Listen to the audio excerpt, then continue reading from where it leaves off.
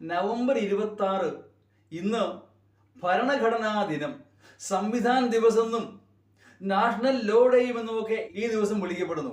1949 November 26 Indian ഭരണഘടന നിലവിൽ വന്നത്. അതിന്റെ ഓർമ്മ ദിനമാണ് ഭരണഘടനാ ദിനമായി ആചരിക്കപ്പെടുന്നത്. ഭരണഘടനാ ദിനമായി ആചരിക്കപ്പെടുവാനുള്ള തീരുമാനം എടുക്കപ്പെടുന്നത് 2015 അതെന്തെങ്കിലും ആവട്ടെ, ഇന്നേ ദിവസം ശ്രദ്ധേയമായൊരു പ്രത്യേകത ഉണ്ടായി. ദ വയർ മാഗസിൻ വാർത്ത പുറത്തുവിട്ടു. അതായത് മഹാരാഷ്ട്രയില് ആകെ പോൾ ചെയ്ത വോട്ടിനേക്കാൾ 5 ലക്ഷം വോട്ട് കൂടുതൽ എണ്ണപ്പെട്ടു. എവിടെ നിന്നാണ് 5 ലക്ഷം വോട്ട് വന്നത്? ഏറെ ദുരൂഹമായിരിക്കുന്നു. അതിലുപരി മഹാരാഷ്ട്രയിൽ നടന്ന ലോക്സഭ സീറ്റ് ബൈ ഇലക്ഷനിൽ കോൺഗ്രസ് പാർട്ടി ജയിച്ചു. പക്ഷേ ആ ലോക്സഭാ മണ്ഡലത്തിലെ 6 അസംബ്ലി മണ്ഡലങ്ങളിലും കോൺഗ്രസ് സ്ഥാനാർത്ഥികൾ തോറ്റു. എങ്ങനെ സംഭവിക്കുന്നു?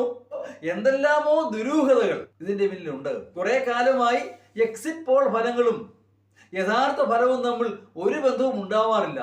എന്തുകൊണ്ട് അങ്ങനെ സംഭവിക്കുന്നു? ഇതെല്ലാം ഉത്തരം കിട്ടാത്ത ചോദ്യങ്ങളാണ്. ഒന്നിനും തെളിവുകളില്ല.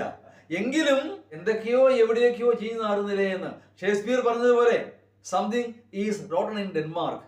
എന്തൊക്കെയോ എവിടെയോ ചെയ്യുന്ന അറിയുന്നു എന്നൊരു തോന്നൽ ഉളവാകുന്നുണ്ട് ഇത്തരം വാർത്തകൾ. അത് ഇന്നേ ദിവസം, ഭരണഘടനാ ദിനമായ ഇന്നേ ദിവസം. അപ്പോൾ ഭരണഘടന ശരിയായി തന്നെയാണോ സംരക്ഷിക്കപ്പെടുന്നത് എന്ന് സംശയം തോന്നിക്കുന്ന സംഭവങ്ങളാണ് അരങ്ങേറിക്കൊണ്ടിരിക്കുന്നത്.